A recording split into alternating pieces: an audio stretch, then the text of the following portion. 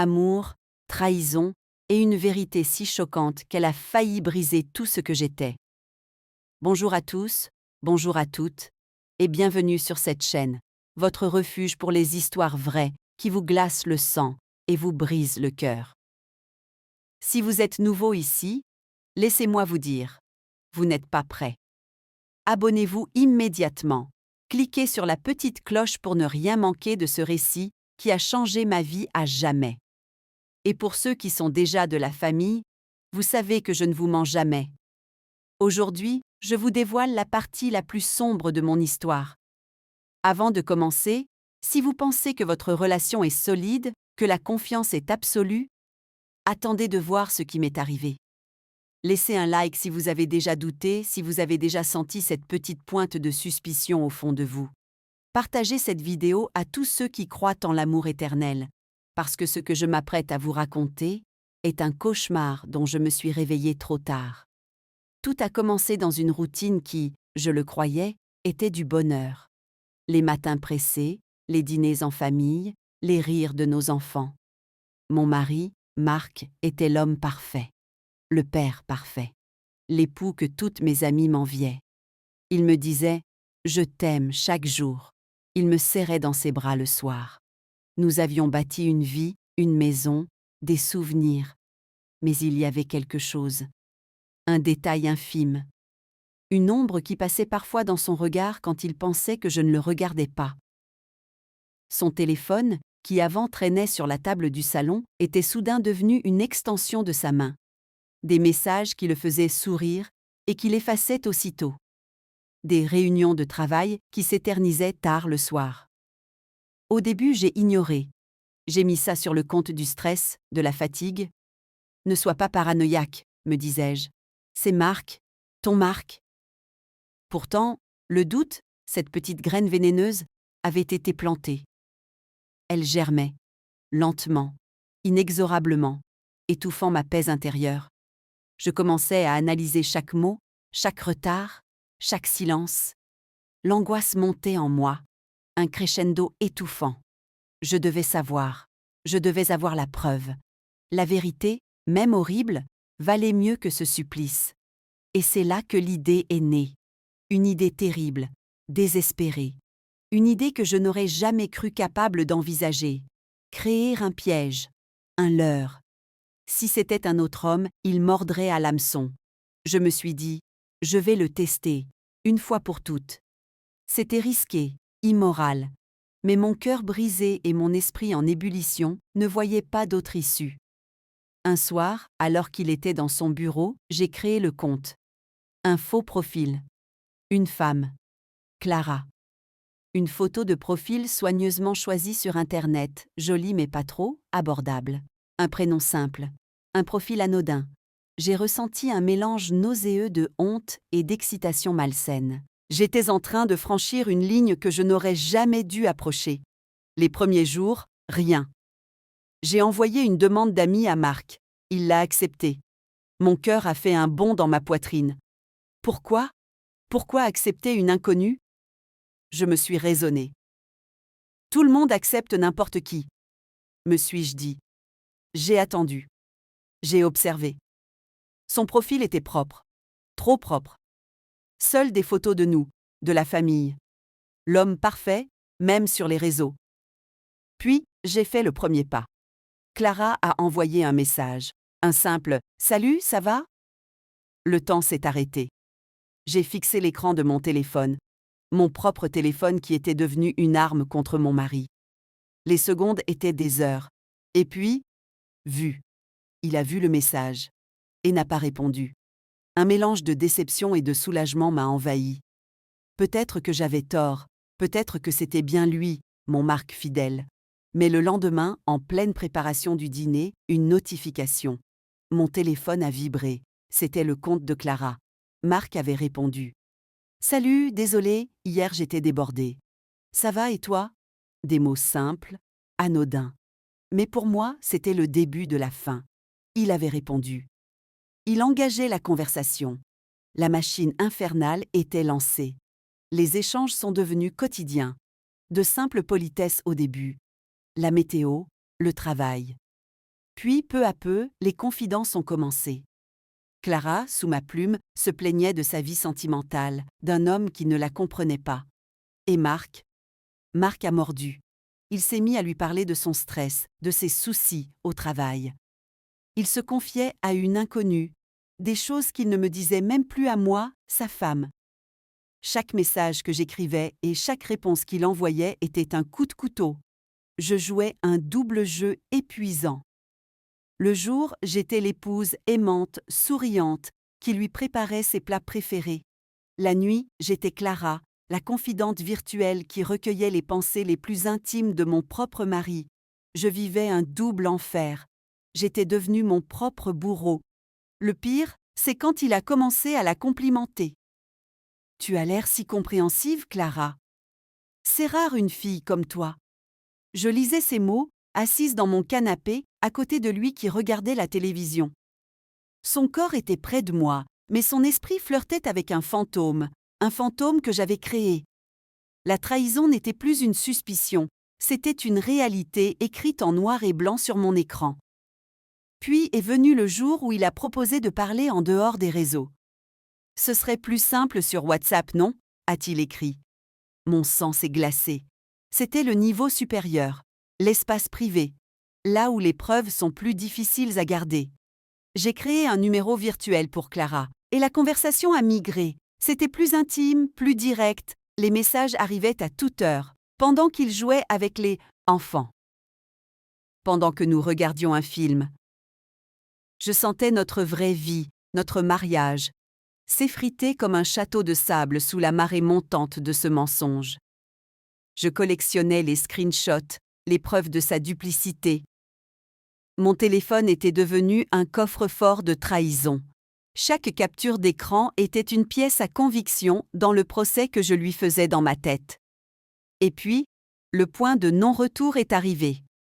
Une nuit, alors qu'il pensait que je dormais, j'ai vu la lumière de son téléphone éclairer son visage.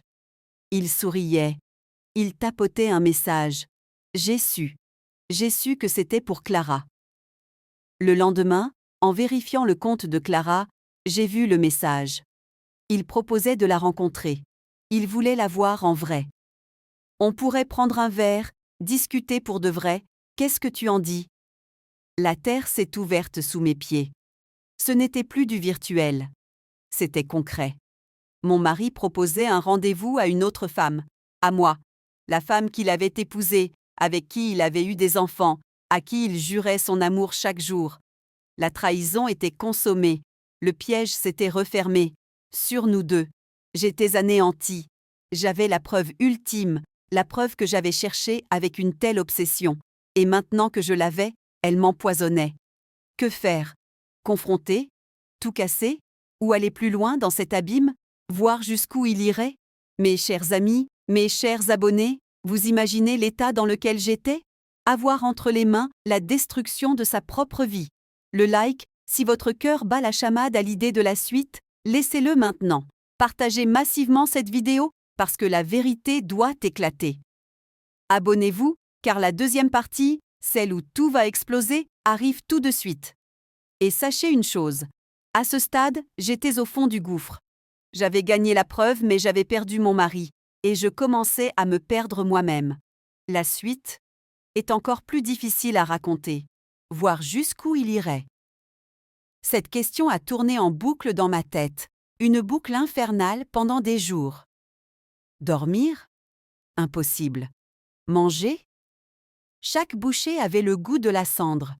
Regarder Marc dans les yeux était devenu une torture. Son sourire, ses gestes tendres, tout n'était plus que du théâtre, une comédie macabre où j'étais à la fois le public horrifié et un acteur forcé. J'ai pris la décision la plus douloureuse de ma vie. J'allais aller au bout. J'allais donner suite à ce rendez-vous. Clara a donc répondu à Marc, avec un cœur qui battait la chamade à travers ses doigts, tremblant sur l'écran. Un verre. Pourquoi pas ? Je dois avouer que j'ai hâte de te rencontrer en vrai. Chaque mot que j'écrivais était un poison. J'organisais moi-même la trahison de mon mariage. Nous avons convenu d'un lieu, un bar discret en centre-ville, loin de nos habitudes. Un vendredi soir. Il a inventé une réunion de dernière minute, un dîner avec un client important. Il m'a dit au revoir ce soir-là avec un baiser rapide sur la joue, une étreinte furtive. Ses yeux ont évité les miens une fraction de seconde de trop. Je suis restée plantée sur le pas de la porte, le regardant s'éloigner, sachant qu'il partait vers un fantôme, vers moi. Le sentiment de solitude qui m'a envahi à ce moment était plus froid que l'hiver le plus glacial. Je devais être là. Je devais voir ça de mes propres yeux.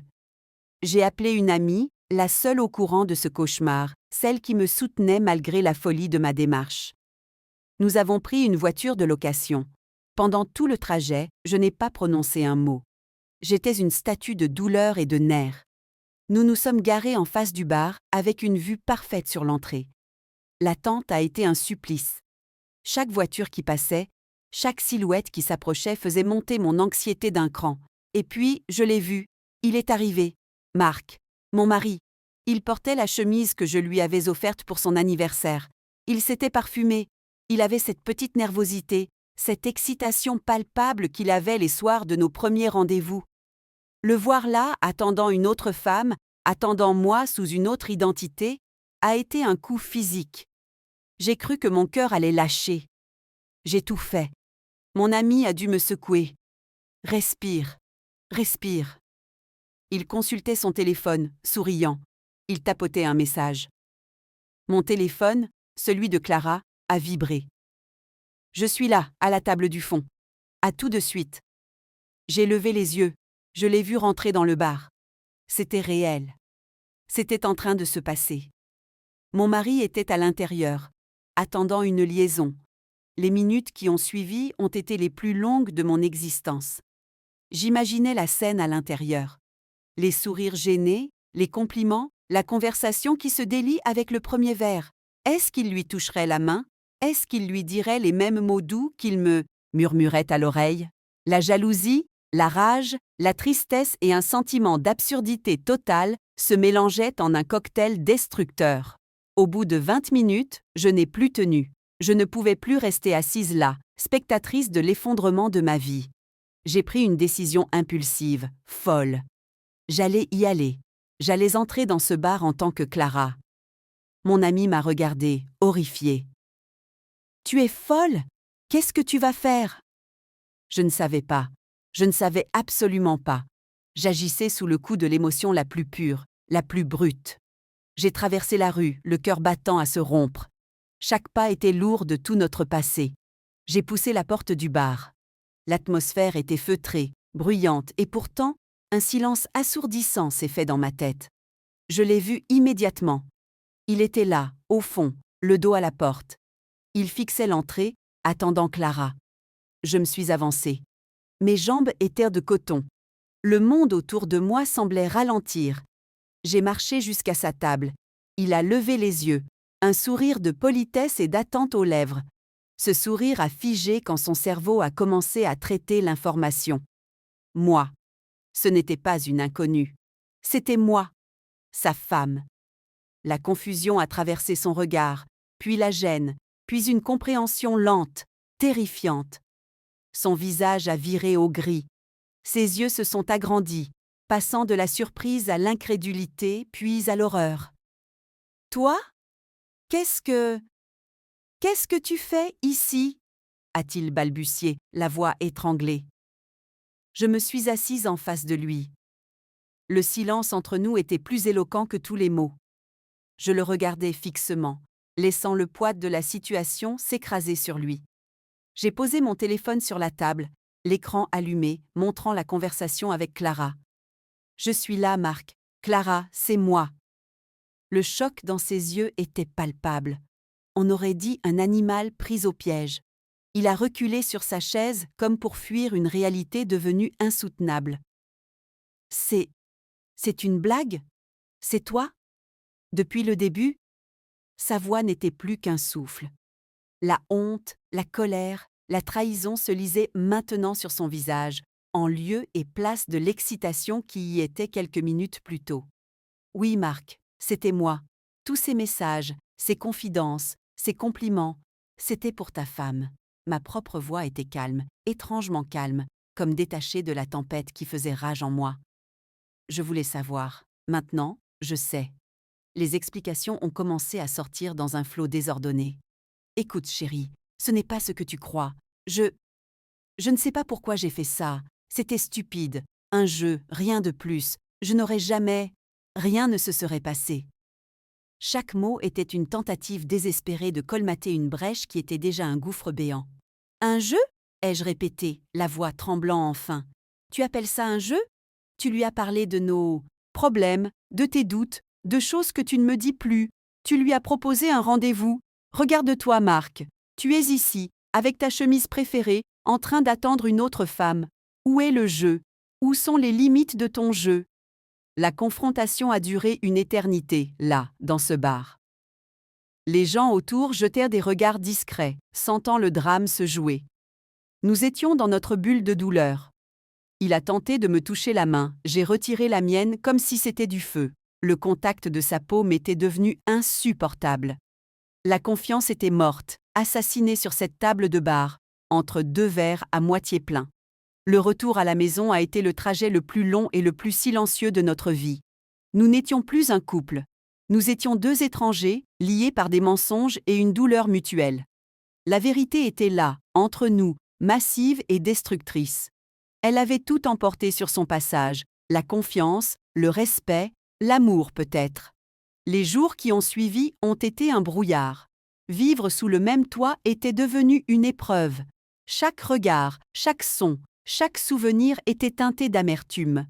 Nous avons essayé de parler, mais les mots étaient vides. La blessure était trop profonde, trop fraîche. Alors, mes amis, mes abonnés, vous qui me suivez dans cette épreuve, vous comprenez maintenant l'étendue des dégâts.